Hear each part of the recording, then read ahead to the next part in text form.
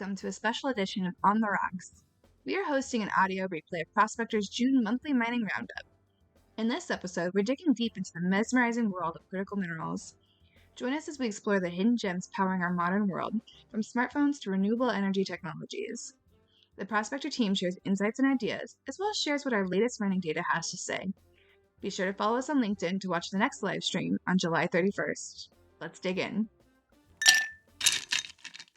If it is live, hello everybody. Welcome to the latest monthly mining roundup. Let's go ahead and dive in now that we've got everybody here. Welcome everyone to the Prospector monthly mining roundup. Try saying that 3 times fast. We're super excited this month. We're going to dig into some critical minerals news, which I'm super excited about. But first, Alessandra, I wanted to toss it to you because you recently went to MinPro and had some cool stuff you wanted to share about.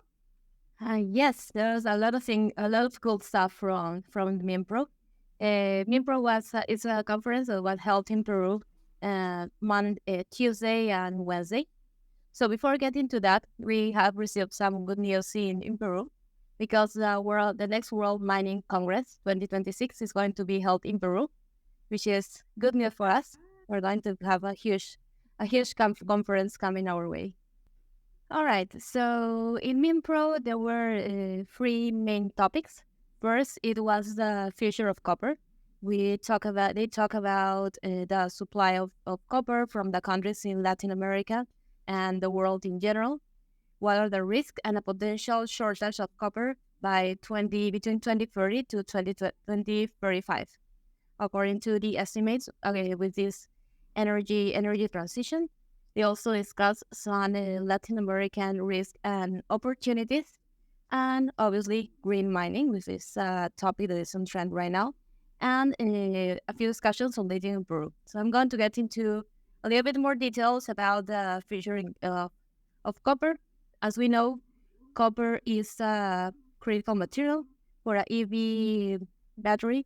It uses about 20 kilograms of copper, even more than lithium and cobalt, which I think is what's an interesting fact to know.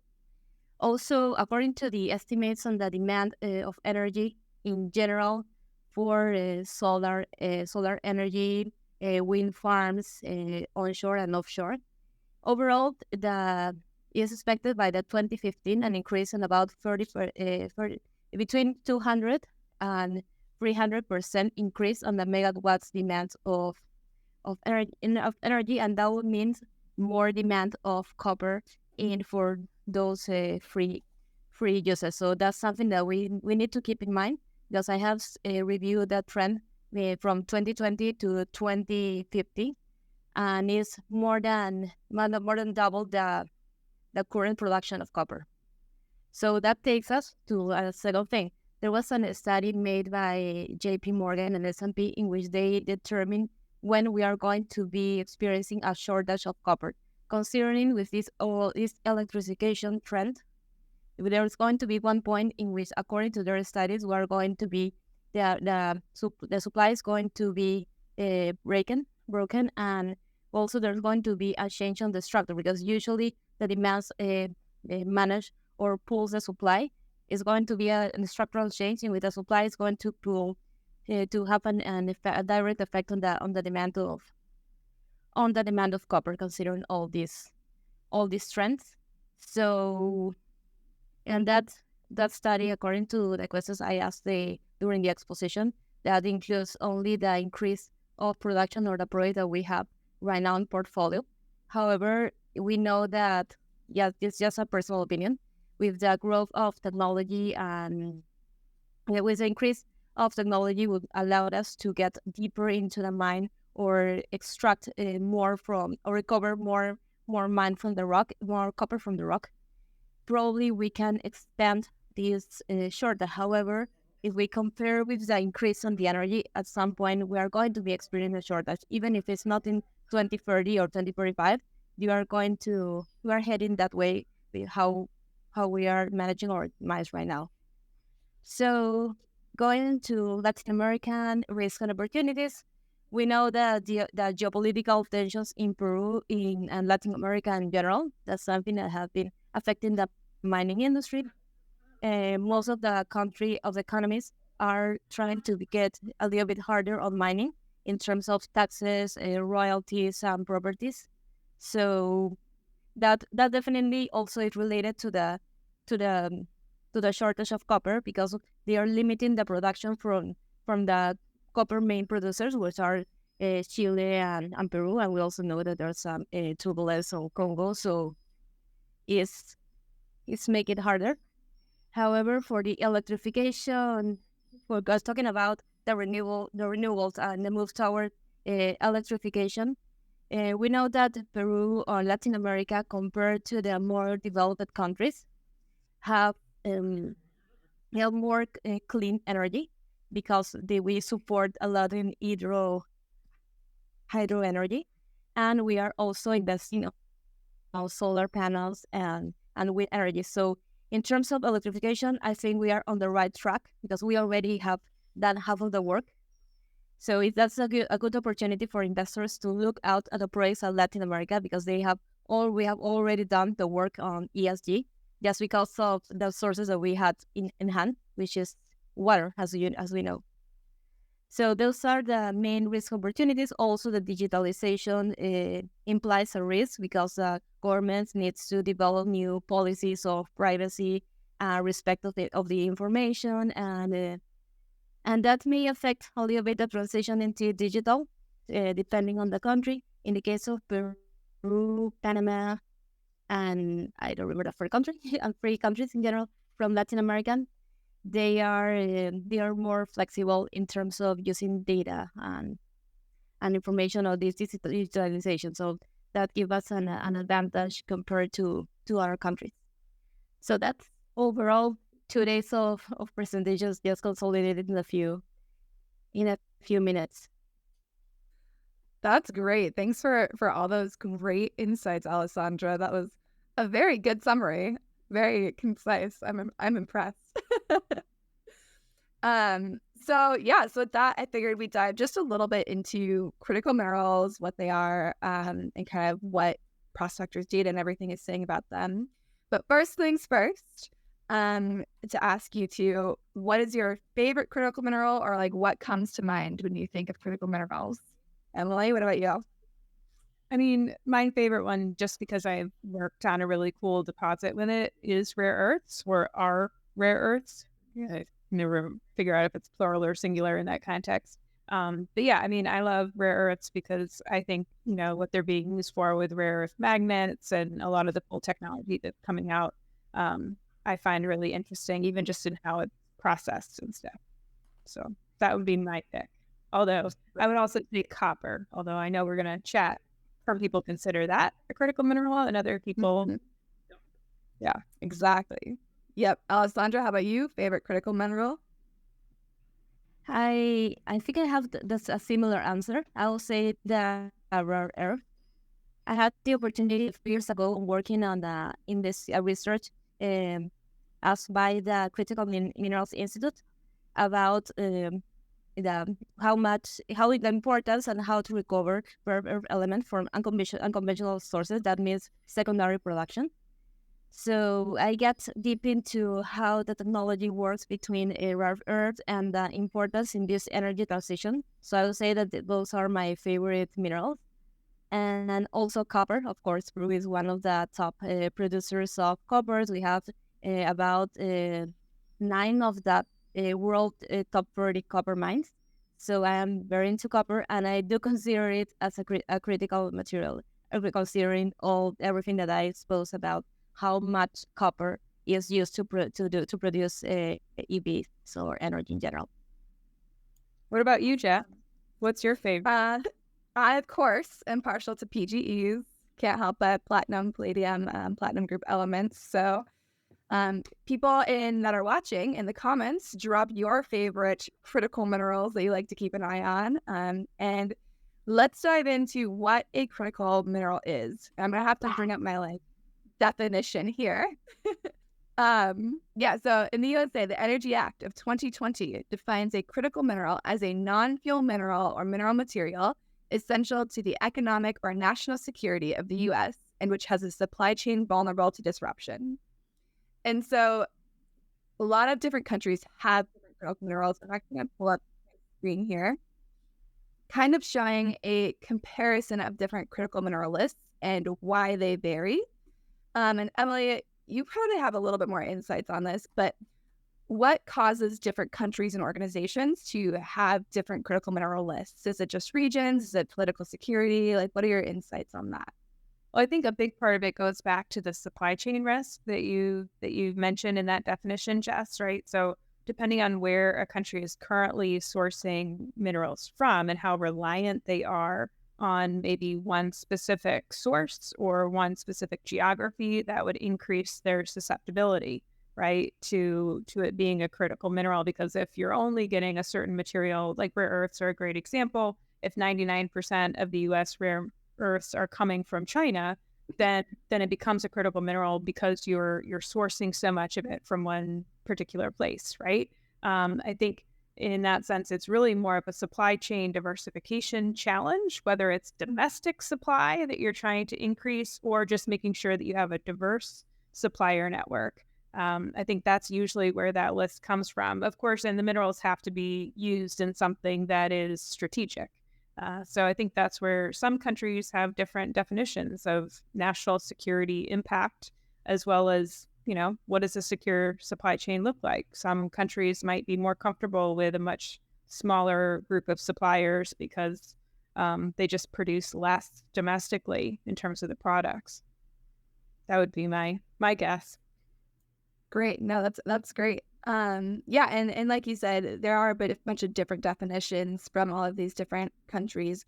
Canada, gosh, if I could talk today. Canada's critical mineral list says critical minerals are the building blocks for the green and digital economy. They're used in a wide range of essential products, from mobile phones to solar panels, electric vehicle batteries to medical and healthcare devices to military and national defense applications. Without critical minerals, there can be no green energy transition for Canada and the world. And so a bunch of the other lists and such all kind of revolve around those. So that is great. And why is it so important for these minerals to get this critical mineral status, right? We know that they're important, but why is it so important that we keep an eye on these particular ones? Well, here in the U.S., at least speaking for U.S. domestic policy, and I know several other countries, it goes to support from the government, right, for the development of resources that can provide that. So that can come in a lot of different ways. It can be tax incentives, licensing, different licensing pathways or support to get projects maybe licensed faster so you can get them into production. It also goes towards pricing and maybe recognizing that some minerals, even if it's not a high value mineral from a price perspective, there's a high value from a strategic perspective. So how can governments make sure that supply continues to be there, even if the kind of just flat out market demand isn't there? You can't just go off of that, because you might not end up with some of these more niche minerals being available when you need them. So I think it really comes down to government policy more than anything. Although, of course, if you're a company and you have any of these minerals, you're using the heck out of it for marketing and stock promotion, right? And investor communications, making sure people understand what you're doing is critical to the economy, critical to the country for a variety of different reasons. So I think, basically government policy, but then flip that around and use it to market the heck out of your project is what we see going on. Yeah, no, that's great for sure. And I just wanted to, before we dive deeper into some of these critical minerals in particular, we did recently do a prospector poll about the USGS critical minerals list. And Alessandra, as you mentioned earlier, copper is super critical, but it is not listed on the USGS critical minerals list. So I wanted to stir the pot in the comments a little bit and see if you all would like to see copper on the next critical minerals list or not. I do want to note uranium that we see on other critical minerals lists, such as Canada, is not on the USGS critical mineral list because it is considered a fuel mineral. So I did read that, so that's why they took it off in 2022. So just a heads up on that. But I thought we'd dig a little bit deeper into some of the more popular. I see we've got Alex Moschenko watching right now. So Alex, feel free to chime in on that if you've got an opinion. Yeah, love to hear that. First. Awesome. So I thought we'd dig into just a couple of some of the more popular critical minerals and what we're seeing here. So the first one is lithium. And Prospector did recently do a lithium resource report on what our data has to say about lithium. And pop quiz, Emily and Alessandra, what is lithium mostly used for? Batteries. Woo! Good job. That was really bad if we got that one wrong. I even those like soundboards that has like applause and drum rolls and stuff. Right. Yeah. You need confetti to come out of nowhere. Yeah. There we go. So lithium is actually on all of the major critical minerals lists that we see.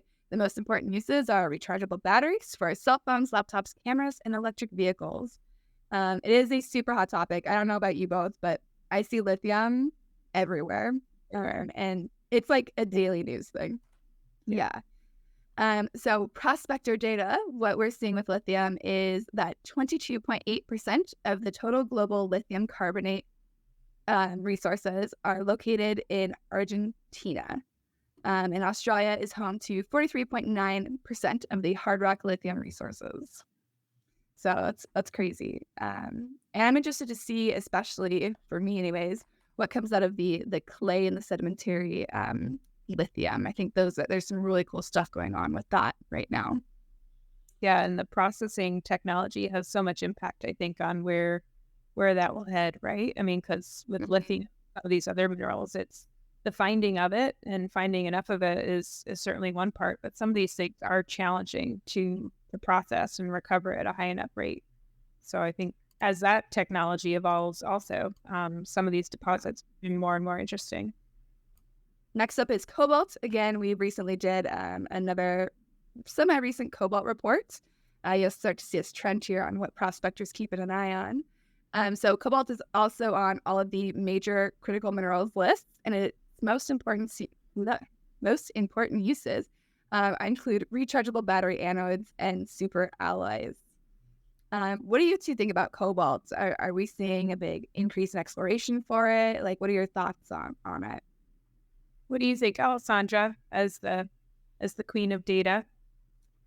Yeah, definitely. I have seen more cobalt, but however, I think that most of them are just old mines. I haven't read more about more new discoveries in terms of cobalt. However, we know that with this turn into electrification of clean energy, we have turned towards critical minerals, including cobalt. So we will have the trend in to be converting some resources into reserves, or getting into these categories or resources, some new cobalt. So I think that that is the trend, and this is how we're going to, let's say, replenish or grow the cobalt global reserves. Yeah, one thing I found really interesting, and again, stirring the pot here a little bit, is in our Prospector resource report, deep sea mining operations account for approximately 33% of the global public company cobalt resources. So good or bad, I'm not saying anything on that. I'm going to keep my mouth shut. But you in the comments can feel free to drop some spicy comments in there and let us know your thoughts on that. Deep sea it continues to be one of the most contentious topics that whenever we bring anything up, right? Yeah, it's an interesting statistic, sure. Yeah, no, I thought that was very interesting. Next up, uranium. So uranium is seen on the Canadian critical mineral list, and like I said, it was removed from the USGS list in 2022 as it is classified as a fuel mineral, which does not meet the current guidelines. So I found that really interesting because I'm very, I'll say this out loud, like pro uranium. I think it's really cool. So any uranium insights from either of you on things you want to say about uranium, or good, bad, should be added back to the list? Yeah, I mean, I'm kind of surprised by the fact that it came off because it's a fuel mineral. I mean, I get it, but like in that sense, is it if we're determining that things are critical because they're used in batteries and renewable energy generation, like if that's part of different countries' threshold, then by kind of definition, lithium and some of these other minerals would also not be. I mean, I guess it depends on how you determine the breakoff between energy and some of these other uses, right? Um, because I guess lithium is now an energy storage mineral, essentially, right? So I think that's surprising. I'm also a big fan of uranium. I think it gets tied into these larger conversations, of course, around nuclear energy, right? And I think that's where it gets way more complicated, and folks like Alex, or the dynamics that go on there. Yeah, I agree. I think that's the hard topic about talking about uranium is the risk about nuclear energy, about approving nuclear energy worldwide. And something else that I have discovered is that we have some uranium deposits in Peru, really close to the lithium project at the southern east of Peru. So that's something interesting because the American Lithium responsible for the conference, they were talking about how we have a huge community have grown over surrounded by uranium for many years, and right now everyone is turning towards uranium. And actually, something funny that they mentioned is that while they were making the exploration to quantify the deposit of lithium, they were requested to do to present also a radioactivity report because they thought that if they do a drill on the hole, all the radioactivity was going to be spread all over. So that was something funny that they even though the contents of uranium precisely in the lithium deposits are really low. So that was something funny that the guy mentioned because sometimes you may have from the government people that are not very involved or informed about lithium or uranium. So Yeah. that may happen.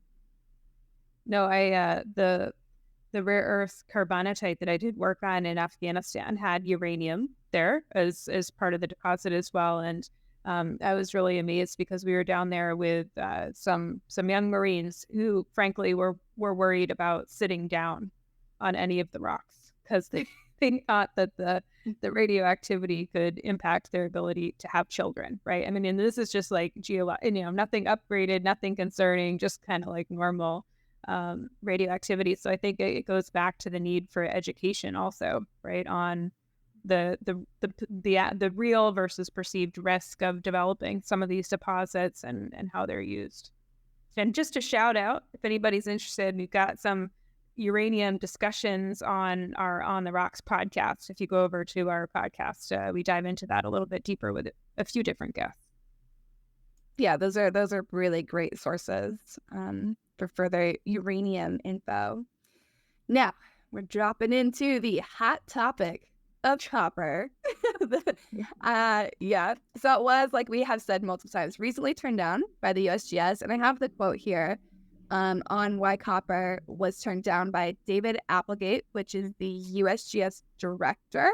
So it says, while copper is clearly an essential mineral commodity, its supply chain vulnerabilities are mitigated by domestic capacity, trade with reliable partners, and significant secondary capacity.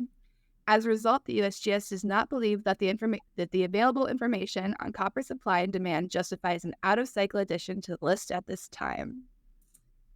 Thoughts?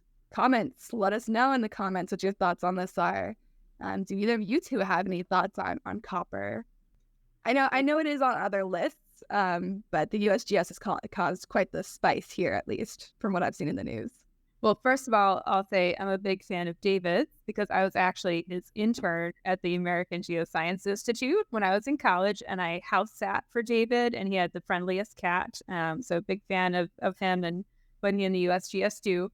But I will say on this, I think the challenge that I see I would assume that part of this is because some of those policy efforts. There is perhaps a desire not to have to apply all of those policy preferences and support to an industry that is as large as it is with copper domestically, and with some of our partners and maybe international partners of ours already have very active exports into the U.S. with copper that could be altered, right? If there is then a preference for domestic copper sources that would come with this kind of legislation.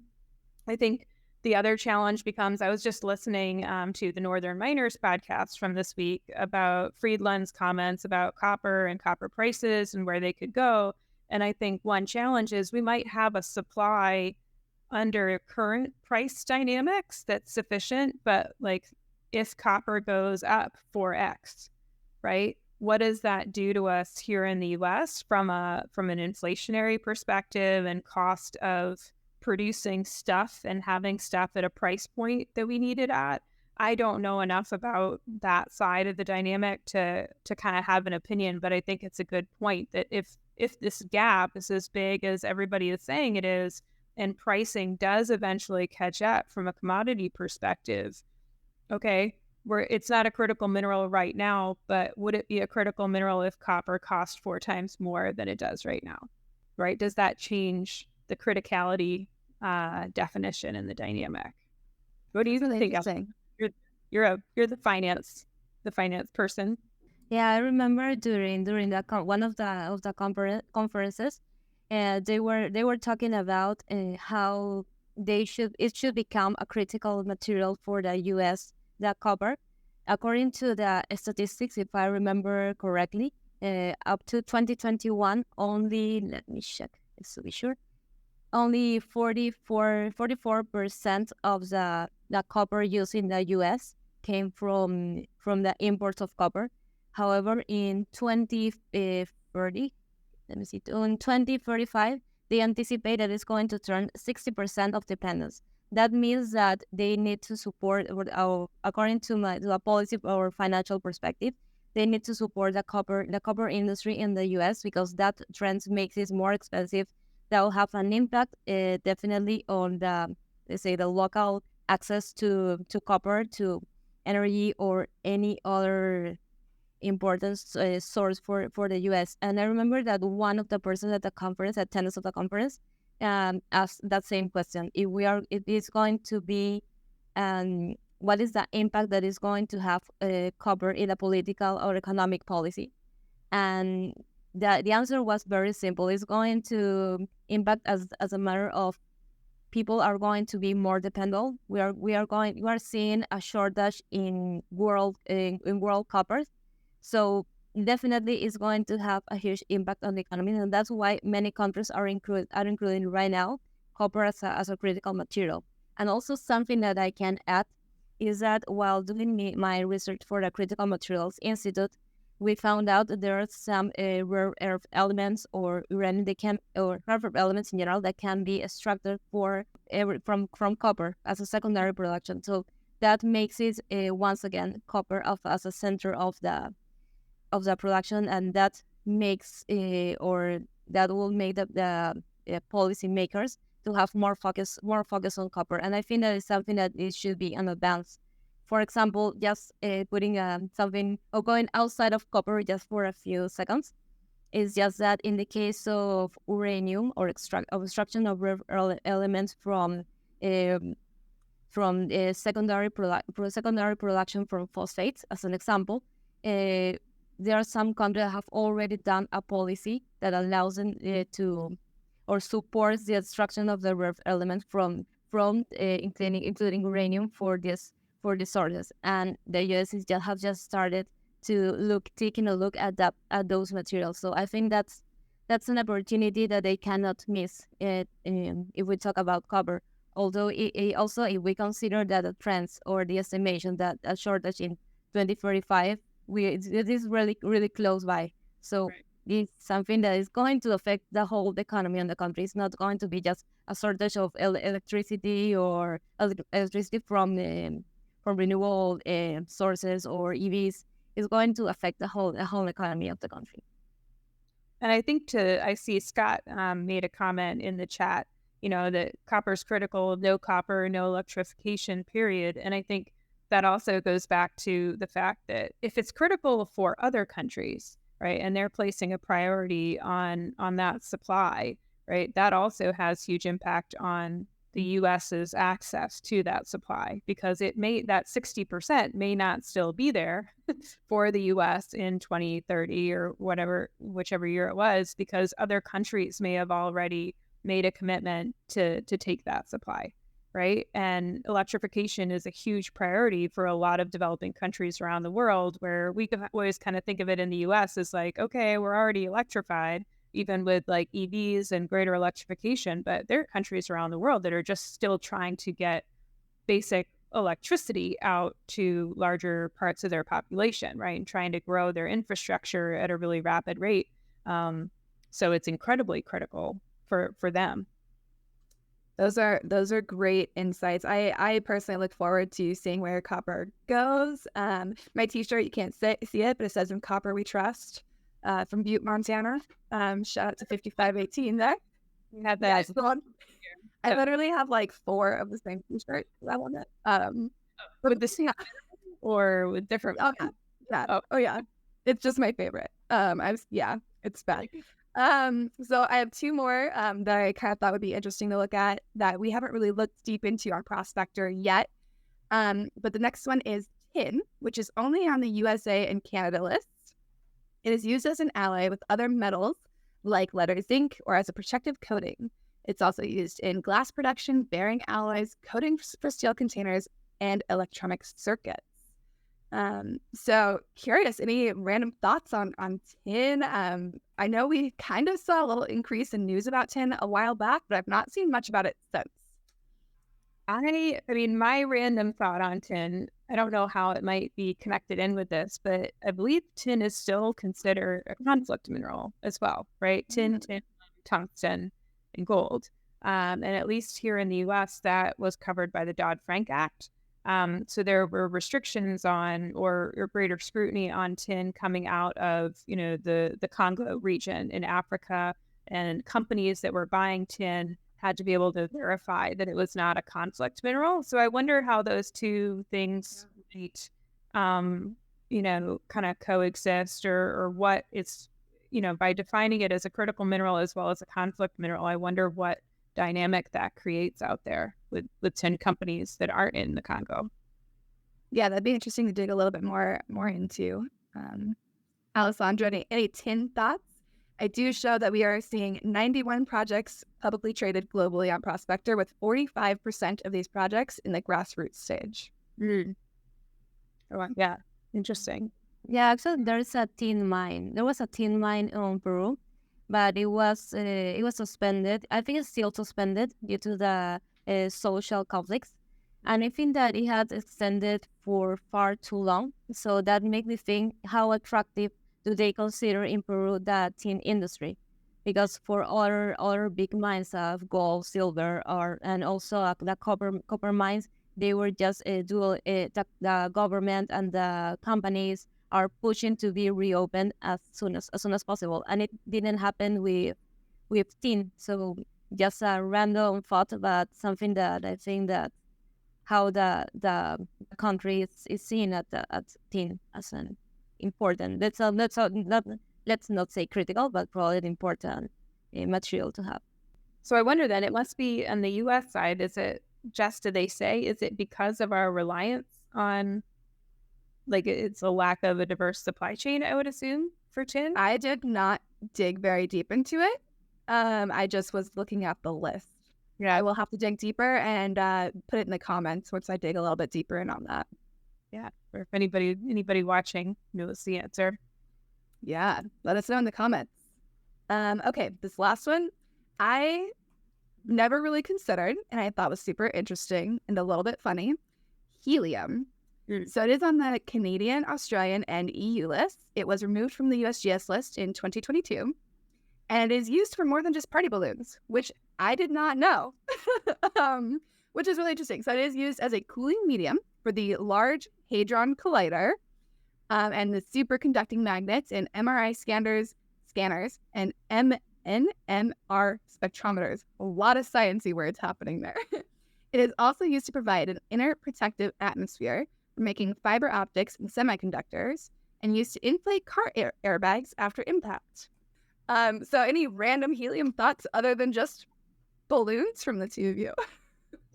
Well, I have another random fact from my international experience. Algeria, at least for a while, was like one of the largest producers of helium, which was like a random thing when I was working there. I was like, I had no idea that.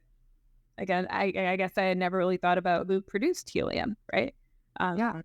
But yeah, no, I find it that I guess it's those niche ones that have this very specific use that you really can't substitute anything else for, right? All of those sciencey applications you listed.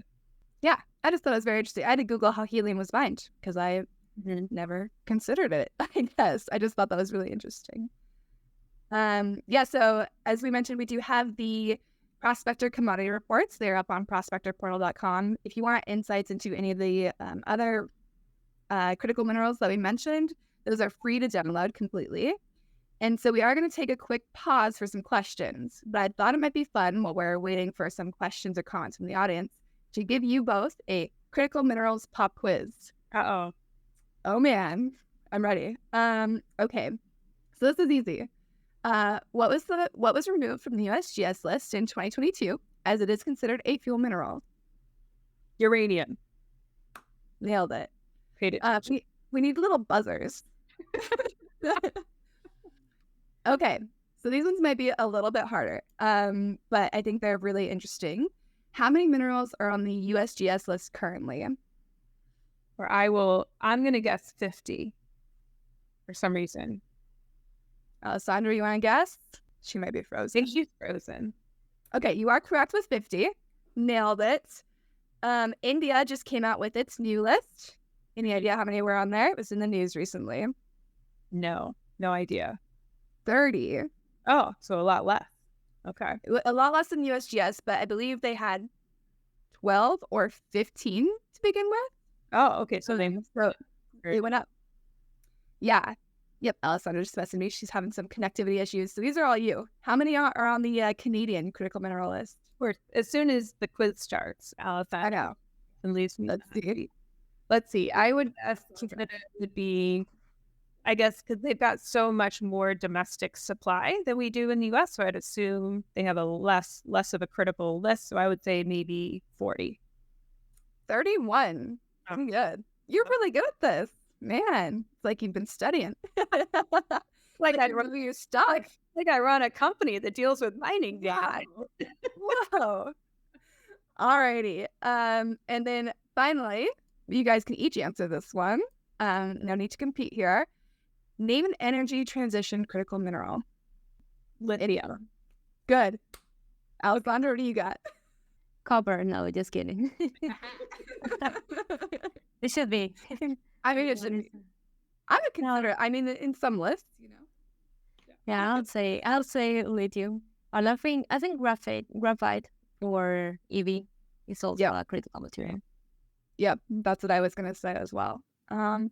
Cool. So those were my pop quiz questions. You guys got 100% nailed it. I'm not seeing any questions from the audience. Of course, you can feel free to reach out to any of us at Prospector. And we look forward to the next monthly mining roundup. Any final insights or thoughts from you two? I would just remind everybody that if you want to go check out all the projects for any of these minerals, all you have to do is go in and click the little filter button and pick whichever critical mineral you want to look at. And it'll show you all of the projects globally that we've got for that mineral. So super, super easy to kind of see the whole list globally, and you could filter by country and stage and all that good stuff. But yeah, so it makes it really easy to kind of see where they all are and what stage they're in and all that good stuff. So and you got the cool little spinny globe so you can zoom in and out and check it all out. Yeah. No, it is super easy for sure. Alessandra, what about you? Any final thoughts or insights or shout outs? I think that continue with what Emily was saying about Prospector. You can also find the lithium, cobalt, and copper report. So if you haven't checked them out yet, you can go back and see all our trends and everything that we provide for you.